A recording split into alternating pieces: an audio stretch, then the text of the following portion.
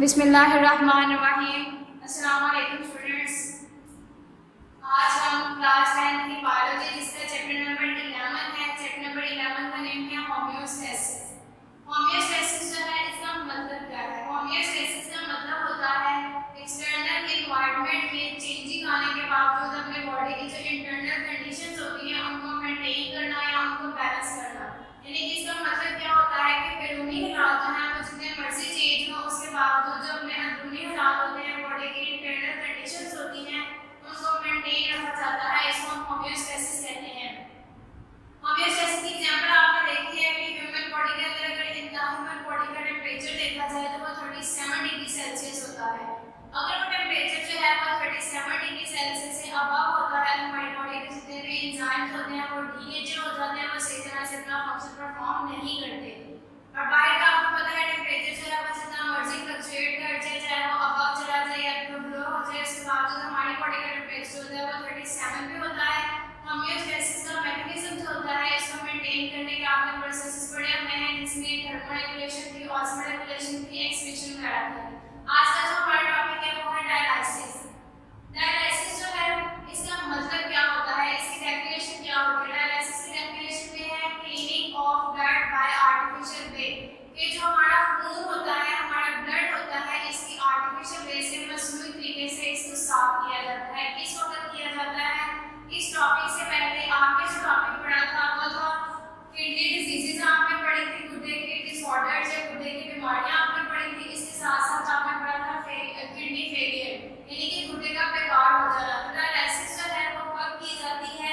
गुर्दे जब बेकार हो जाते हैं, किडनी फेलियर हो जाते हैं, बिल्कुल अपना काम करना छोड़ देते हैं, तो इसका आपने दो मेथड इसके लिए यूज की जाती है। एक जो है वो डायलिसिस है और दूसरा होता है किडनी ट्रांसप्लांट।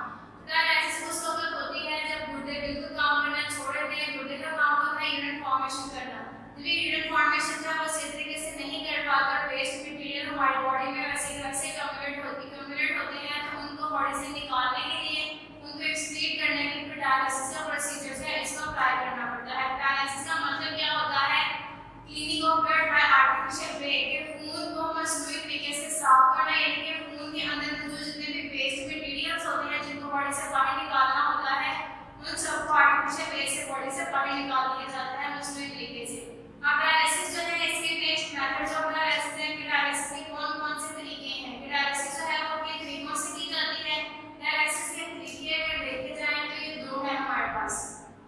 एक होती है पेरिटोनियल डायलिसिस, दूसरी होती है हीमोडायलिसिस। पेरिटोनियल डायलिसिस का नाम पेरिटोनियल डायलिसिस क्यों है? क्योंकि ये डायरेक्टली बॉडी के अंदर या बॉडी की कैविटी के अंदर मौजूद पेरिटोनियम होती है। बॉडी के अंदर हमारा डायफ्राम होता है, इसके नीचे पेरिटोनियम कैविटी होती है, खाली जगह होती है। ये डायरेक्टली उस हिस्से में की जाती है, इसलिए इसको पेरिटोनियल डायलिसिस कहते हैं। दूसरी जो होती है वो डायरेक्टली ब्लड की जाती है। यहाँ पे हीम का मतलब कि ब्लड होता है, तो ये डायरेक्टली ब्लड से की जाती है, इसलिए इसको हीमोडायलिसिस का नाम दिया जाता है। ये दो मेथड है जिस तरीके से हम डायलिसिस जो है इसका प्रोसीजर कर सकते हैं। आप इन दोनों की डिटेल के बारे में देखते हैं। अब फर्स्ट वन यहाँ पे हमारे पास मेथड है जो कि है पेरिटोनियल डायलिसिस। पेरिटोनियल डायलिसिस में क्या किया जाता है? इस मेथड को देखा जाए तो इसमें जो डायलिसिस फ्लूइड होता है उसको पेरिटोनियल कैविटी के अंदर दाखिल किया जाता है। डायलिसिस फ्लूइड होता है पेरिटोनियल कैविटी के अंदर दाखिल किया जाता है। यहाँ पे पेरिटोनियल कैविटीज होती है, इसके इधर होती है ये एलिमेंट्री कैनाल यानी कि गट के इर्द गिर्द की जगह जो होती है ये वहाँ पर मौजूद होती है। तो जितना भी हमारा डायलिसिस फ्लूइड होता है जो कि डायलाइजर भी होता है, एक मशीन के अंदर होता है, उसका पेरिटोनियल कैविटी के अंदर पंप किया जाता है। ये पेरिटोनियल कैविटी जो होती है इसके गिर्द लाइनिंग होती है, इसके गिर्द जो होती है गिलाफ होता है जो कि पेरिटोनियम का बना हुआ होता है। यानी कि पेरिटोनियम जो होता है वो पेरिटोनियल कैविटी के गिर्द लगी होती है और पेरिटोनियम जो है इसके पास अपनी ब्लड वेसल्स होती है। ब्लड वेसल्स के अंदर आपको पता है ब्लड होता है और यूरिन फॉर्मेशन जो है बेसिकली वो ब्लड से ही की जाती है, क्योंकि सारे के सारे वेस्ट मटेरियल जो होते हैं वो ब्लड के अंदर मौजूद होते हैं। तो पेरिटोनियम के अंदर ब्लड वेसल्स मौजूद होते हैं। When we place dialysis fluid in peritoneal cavity, कि जब हम क्या करते हैं पेरिटोनियल कैविटी में डायलिसिस फ्लूइड रखते हैं तो उससे क्या होता है पेरिटोनियम की ब्लड वेसल के अंदर ये जो ब्लड वेसल्स है इनके अंदर जितना भी खून होता है उस खून के अंदर मौजूद वेस्ट मटेरियल होते हैं डिफ्यूज इनटू द फ्लूइड। तो क्या करते हैं फ्लूइड के अंदर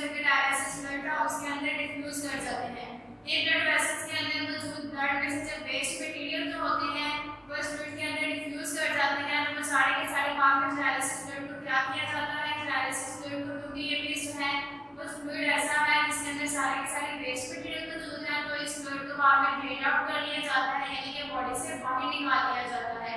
और जो ब्लड वेसल्स होती हैं उनके अंदर ब्लड जो होता है वो बिल्कुल क्लीन हो चुका होता है और ये वापस बॉडी की तरफ मूव कर जाता है।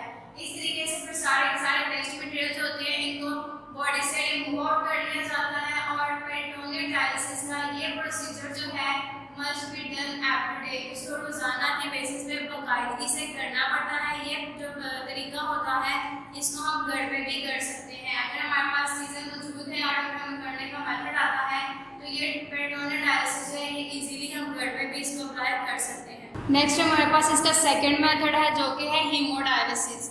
हीमो मीन्स ब्लड होता है, यानी कि इस डायलिसिस में या इस मेथड में डायरेक्टली ब्लड को क्लीन किया जाता है। इसमें क्या किया जाता है, patient blood is pumped through an apparatus, के पेशेंट का मरीज का जो ब्लड होता है जिसके किडनी जो है वो फेल हो चुकी होती है और किडनी अपना सही फंक्शन परफॉर्म नहीं करती, उसकी पेशेंट के ब्लड को लिया जाता है और इसको डायरेक्टली एक ऑपरेटस के अंदर पंप किया जाता है।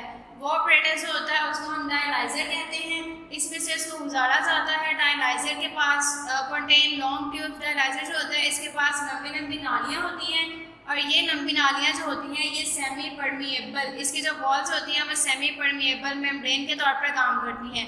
सेमी परमिएबल मेम्ब्रेन जो होती है वो मेम्ब्रेन होती है जिसके अंदर छोटे छोटे सुराख होते हैं, जिसके अंदर पोर्स होते हैं। उनका काम क्या होता है, वो कुछ चीज़ों को अपने अंदर से गुजरने देते हैं जो कि स्मॉल साइज़ की होती हैं और कुछ चीज़ों को अपने अंदर से गुजरने की इजाज़त नहीं देते। तो डायलाइजर की जो ट्यूब्स होती हैं, लॉन्ग ट्यूब्स होती हैं, वो सेमी परमिएबल मेम्ब्रेन की बनी हुई होती हैं। अब इस ऑपरेटस के अंदर होता क्या है, blood flows through the tubes. इस ऑपरेटस के अंदर जो ब्लड होता है, जो बॉडी पेशेंट की बॉडी से ब्लड आता है, वो ब्लड जो होता है वो ट्यूब्स के अंदर से गुजरता है। While dialysis fluid flows around the tube, जबकि डायलिसिस फ्लूइड जिसने ब्लड को साफ करना है वो डायलिसिस फ्लूइड जो होता है वो ट्यूब्स के बाहर उसके गिर्द मौजूद होता है। ठीक है, इन दोनों में फ़र्क आपको पता होना चाहिए कि ब्लड जो है वो ट्यूब के अंदर से गुजरता है, जबकि डायलिसिस फ्लूइड जो होता है वो नालियों के गिर्द बहता है, वो इसके अराउंड होता है, वो इसके मौजूद होता है।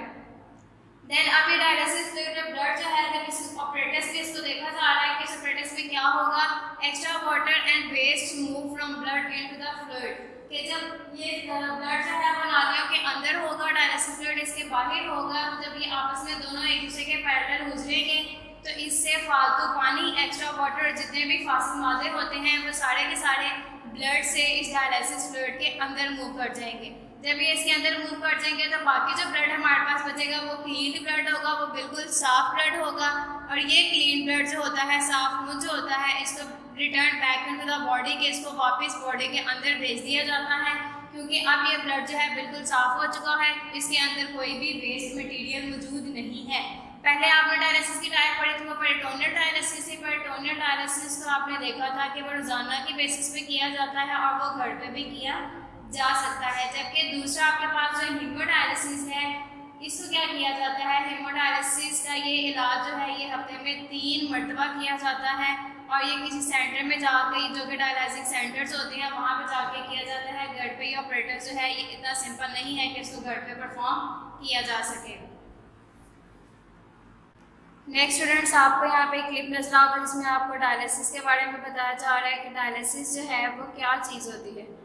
डायलिसिस वैसे भी आपने सारा पढ़ लिया है, लेकिन इसमें देखें कि डायलिसिस एक प्रोसीजर होता है जिसमें वेस्ट मटेरियल्स को ब्लड से रिमूव किया जाता है ताकि जो एबनॉर्मल फंक्शनिंग किडनी की हो चुकी है बॉडी के अंदर उसको अवॉइड किया जा सके, क्योंकि हेल्दी किडनी जो होती है वो अपने वेस्ट मटेरियल को इजीली, इलेक्ट्रोलाइट्स को, फ्लूइड्स को इजीली, सोडियम होती है उसके अंदर, पोटाशियम होते हैं, इनको बॉडी से रिमूव आउट कर देती है और वो रिमूवल होता है यूरिन की फॉर्म में होता है।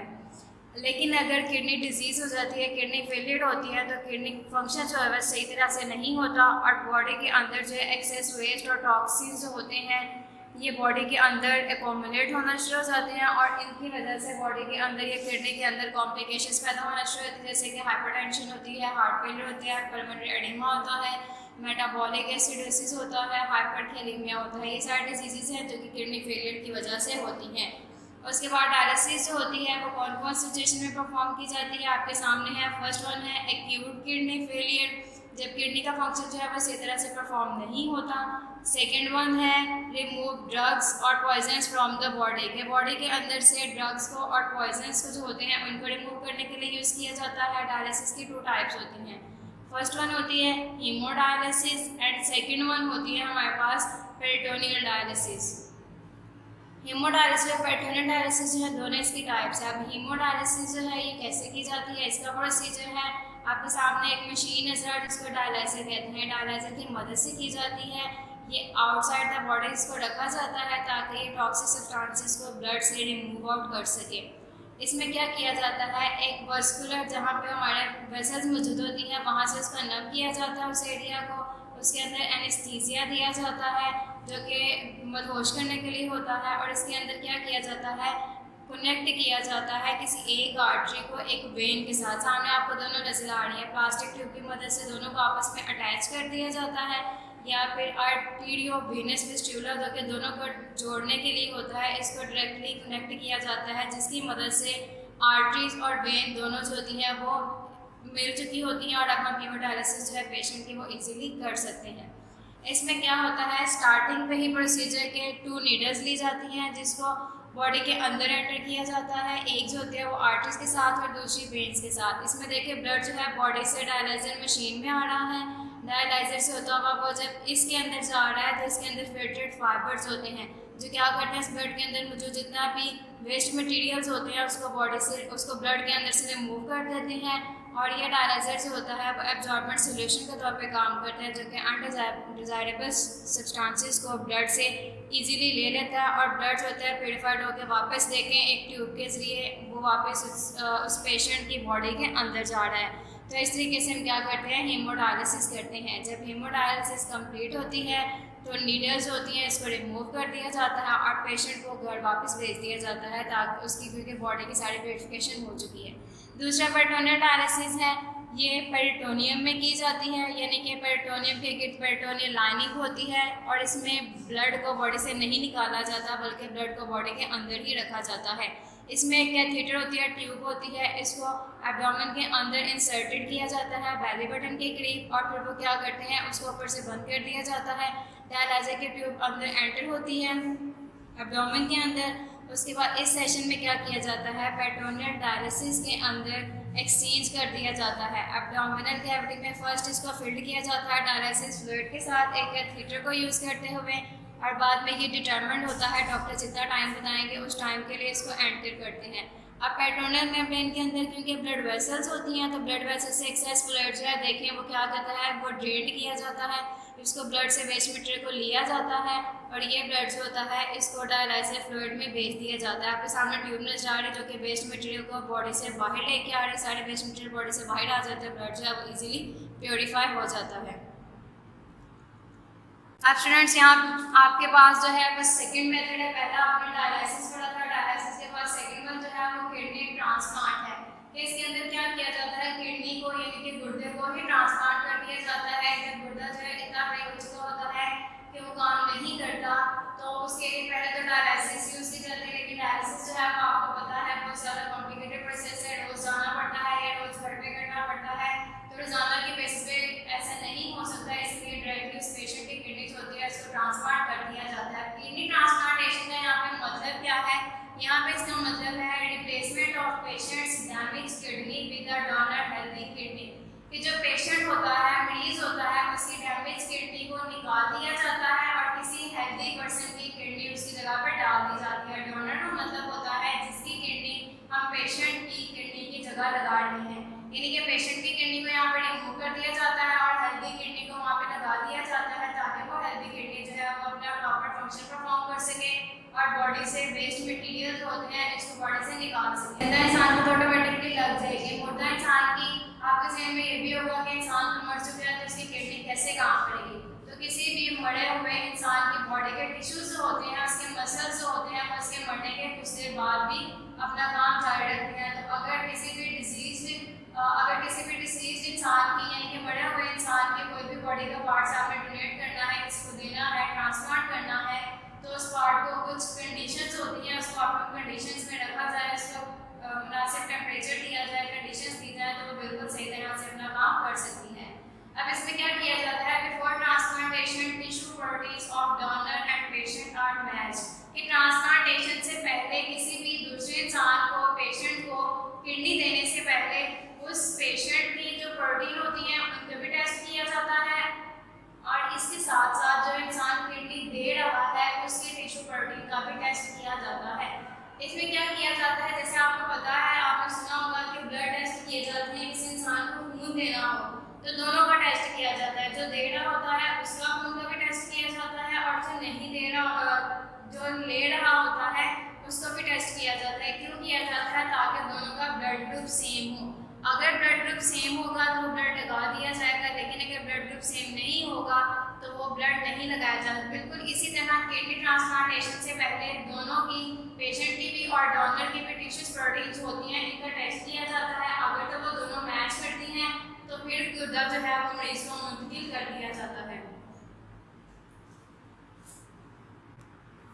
नेक्स्ट है हमारे पास donated kidney is connected to patients blood and urinary system. क्या किसी इंसान को किडनी दे दी है, उसको ट्रांसप्लांट कर दी जाती है, तो उस किडनी को क्या किया जाता है, पेशेंट की बॉडी के अंदर उसको उसी जगह पे जहाँ पे पहला किडनी था उसकी जगह पे उसको डाल दिया जाता है, और उस किडनी का कनेक्शन ब्लड के साथ भी कर दिया जाता है और यूरिनरी सिस्टम के साथ भी कर दिया जाता है। ब्लड के साथ किया जाता है ताकि ब्लड जो है वो किडनी के अंदर जाए, और यूरिनरी सिस्टम के साथ इसलिए किया जाता है क्योंकि ब्लड से किडनीज होती है, इससे वेस्ट मटेरियल निकालने होते हैं, और इन्हीं वेस्ट मटेरियल को लेकर फिर वो यूरिन फॉर्मेशन करती है। तो डोनर का किडनी जो डोनेटेड किडनी होती है उसको ब्लड के साथ यूरिनरी सिस्टम के साथ अटैच कर दिया जाता है। अब जो किडनी ली जाती है दूसरे इंसानों से, उनको मुंतकिल करवाया जाता है, क्या वो सारी जिंदगी काम करती है? तो ऐसा बिल्कुल नहीं है। Average life time of donated kidney is 10 to 15 years। कि अगर और उम्र देखी जाए डोनेटेड किडनी की जो किसी दूसरे इंसान से ली होती है तो उसकी लाइफ 10 से 15 साल तक होती है। 10 से 15 साल तक वो डोनेटेड किडनी जो है वो अपना सही फंक्शन परफॉर्म करेगा। उसके बाद जो है दोबारा ट्रांसप्लांटेशन की जाती है, लेकिन जब तक किसी दूसरे इंसान की किडनी अवेलेबल नहीं होती तब तक डायलिसिस का प्रोसीजर जो होता है उसको कंटिन्यू किया जाता है, और जैसे ही न्यू किडनी अवेलेबल होती है तो देन ट्रांसप्लांटेशन जो होती है वो दोबारा उसकी कर दी जाती है। नेक्स्ट हमारे पास है प्रॉब्लम्स आफ्टर ट्रांसप्लांटेशन। कि ट्रांसप्लांटेशन के बाद, किडनी को ट्रांसप्लांट करने के बाद कौन कौन से मसाइल होते हैं। सबसे पहला है ट्रांसप्लांट रिजेक्शन। कि जब आप ट्रांसप्लांट किडनी ट्रांसप्लांट करते हैं तो हो सकता है जो रेसिपिएंट की बॉडी है, पेशेंट की बॉडी जो है वो इस किडनी को रिजेक्ट कर दे। दूसरा है इन्फेक्शन। के किडनी में या बाकी यूरिनरी सिस्टम में अगर कोई इन्फेक्शन हो जाता है तो उस सूरत में भी किडनी ट्रांसप्लांटेशन होती है वो रिजेक्ट कर दी जाती है। तीसरा है इम्बैलेंस इन बॉडी सॉल्ट। के जो नमकियात होते हैं जिस्म के अंदर उनका तवाज़ुन कायम नहीं रहता, तो उस सूरत में भी ट्रांसप्लांटेशन में प्रॉब्लम्स होती हैं। जब बॉडी के अंदर बॉडी सॉल्ट्स की अंदर इम्बैलेंस हो जाता है, ये नमकियात जो होते हैं इनका अदम तवाज़ुन हो जाता है, तो इसके नतीजे में फिर टिश्यू रिजेक्शन या किडनी रिजेक्शन के अलावा और क्या होता है, इसके नतीजे में बोन्स के अल्सर होने के भी चांसेस होते हैं, और बोन्स की बाकी मिसाइल जो है या बाकी बीमारियाँ हैं उनके होने के भी चांसेस हो सकते हैं। तो ये थे आप क्लास के दोनों टॉपिक जिसमें आपने डायलिसिस के बारे में पढ़ा और किडनी ट्रांसप्लांटेशन के बारे में पढ़ा। यहाँ तक हमारा सेकेंड चैप्टर जो है या फिर 11th चैप्टर 10th क्लास का होम्योस्टेसिस कंप्लीट हो चुका है। अब हम इसकी एक्सरसाइज करते हैं। एक्सरसाइज में सबसे पहले हमारे पास MCQs हैं चैप्टर नंबर 11 के। MCQs फर्स्ट वन है the human urinary system consists of, यानी कि इंसान का यूरिनरी सिस्टम इन हिस्सों पर मुश्तमिल है। सबसे पहले इसमें ऑप्शन है rectum, lungs, kidney, ureters. Second option है बी वाली किडनीज, यूरेटर्स, यूरिनरी ब्लैडर। सी वाली है skin, liver, lungs, kidney and D वाली है kidneys, ureters, urinary bladder and urethra. तो इसमें जो राइट ऑप्शन है हमारे पास वो डी वाली है जिसमें है kidney, ureters, urinary bladder and urethra. Second हमारे पास स्टेटमेंट है which organ is responsible for filtering the blood, कि कौन सा ऑर्गन खून को फिल्टर करने का जिम्मेदार है। ऑप्शंस हैं intestine, second brain, third stomach and fourth one kidney. तो इसकी राइट ऑप्शन हमारे पास है किडनी, क्योंकि किडनी जो होता है वही ब्लड को फिल्टर करता है और उसके बाद यूरिन फॉर्मेशन करता है। थर्ड स्टेटमेंट है हमारे पास the tube between kidney and urinary bladder is, इसमें आपने यूरिनरी सिस्टम के हिस्से पढ़े हुए हैं, तो उन्होंने पूछा है कि गुर्दे और यूरिनरी ब्लैडर के दरमियान नाली का नाम क्या है। ऑप्शन नंबर ए है ureters, B urethra, C renal tubule and D है नेफ्रॉन। तो इसकी राइट ऑप्शन है यूरेटर, जो कि ए वाली है। देन फोर्थ वन है body balance of water, salts, temperature and glucose is termed as, कि पानी, नमकियात, दर्जा हरारत और ग्लूकोज का जिस्म में तवाज़ुन कहलाता है। ऑप्शंस हैं एक्सक्रीशन, ट्यूबुलर सेक्रेशन, होम्योस्टेसिस या फिर रीएब्जॉर्प्शन। तो इसकी जो बेस्ट ऑप्शन है वो है होम्योस्टेसिस, क्योंकि होम्योस्टेसिस भी प्रोसेस होता है जो कि हमारी बॉडी के इंटरनल कंडीशंस को मेंटेन करने के लिए काम करता है।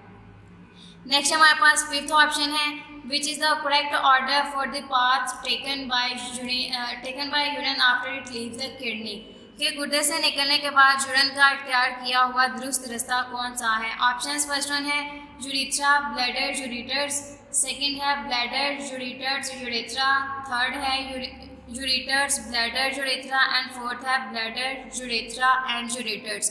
तो इसमें जो राइट ऑप्शन है वो है आपकी सी वाली, जो कि है यूरेटर्स, ब्लैडर एंड यूरेथ्रा, या फिर जी वाली ऑप्शन। देन हमारे पास सिक्स्थ स्टेटमेंट है what is the function of ureter, ureter जो है इनका काम क्या है।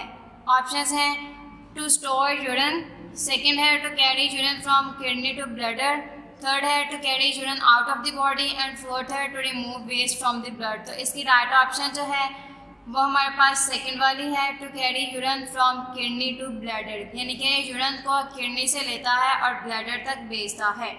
देन सेवंथ स्टेटमेंट है हमारे पास what waste products are excreted by kidneys, की किडनी जो गुर्दे होते हैं यानी कि कौन से फासिल मादे निकालते हैं। गुर्दे के फासिल मादे में ऑप्शंस देखें, फर्स्ट वन है urea, water and salts, second है salts, water and carbon dioxide, third है urea and water and fourth है यूरिया एंड सॉल्ट्स। तो इसकी राइट ऑप्शन है ऑप्शन नंबर ए या फिर अलिफ, यानी कि यूरिया, वाटर एंड सॉल्ट्स। ये आपने होम्योस्टेसिस में पढ़ा हुआ है।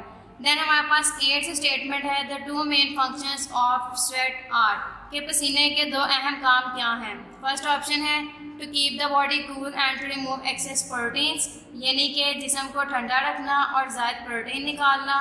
सेकेंड है to keep the body warm and to filter the blood, जिस्म को गर्म करना और खून को फिल्टर करना। थर्ड है to filter the blood and to remove the waste product, के खून को फिल्टर करना और फासिद मादे निकालना।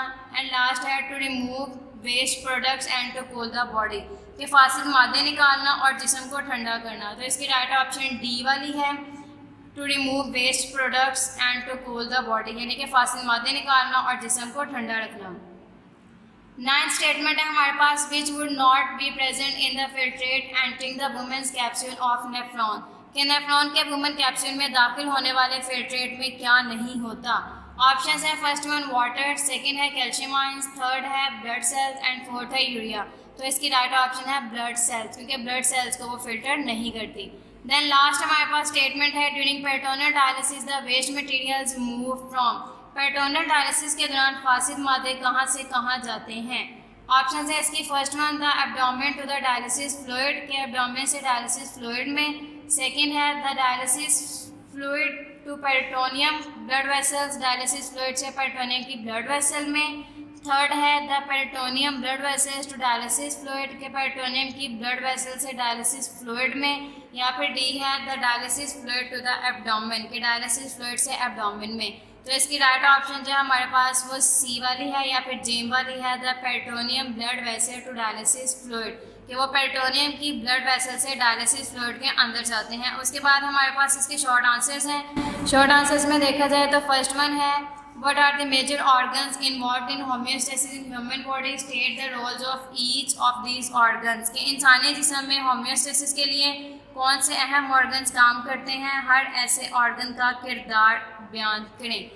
ये क्वेश्चन जो है इसका आंसर आपके पास जो हेडिंग है वो है होम्योस्टेसिस इन ह्यूमंस। इंसान में होम्योस्टेसिस हेडिंग के अंदर आपको तीनों ऑर्गन्स के बारे में बताया गया है और इनके फंक्शंस के बारे में बताया गया है। देन सेकंड क्वेश्चन है आपके पास identify and label the following diagram, कि इस डायग्राम को शनाख्त करें और इसे लेबल करें। तो जो डायग्राम आपके पास बनी हुई है वो आपके पास है नेफ्रॉन की डायग्राम, नेफ्रॉन के डायग्राम के पार्ट्स को आपने इसमें लेबल करना है। पहला इसमें आता है लुमेन कैप्सूल है, ग्लोमेरुलस है, उसके बाद इसकी प्रॉक्सिमल कॉन्वोल्यूटेड ट्यूब्यूल होगी, loop of Henle, distal convoluted tubule and collecting duct. इसके डायग्राम जो है वो आपकी बुक पे बनी हुई है, इसको देख के आपने इससे लेबल करना है। यहाँ तक आपका चैप्टर नंबर 11 होम्योस्टैसिस जो है वो कंप्लीट हो गया। Thank you so much.